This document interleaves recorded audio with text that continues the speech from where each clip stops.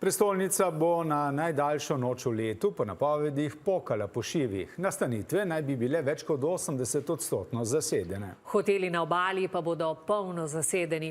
Veliko Slovencev se bo sicer tudi tokrat odpravilo v tujino, predvsem v tople kraje. Najbolj priljubljeni so letos Maldivi. Manca Turk.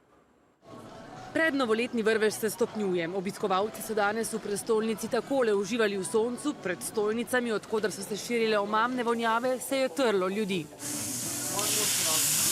Mimoidoči pa večinoma tuji turisti in načrti za najdaljšo noč v letu. Back home in Tuscany. I will be in France. Okay. And Nice, yes. Do you live in France? No, I live in Lebanon.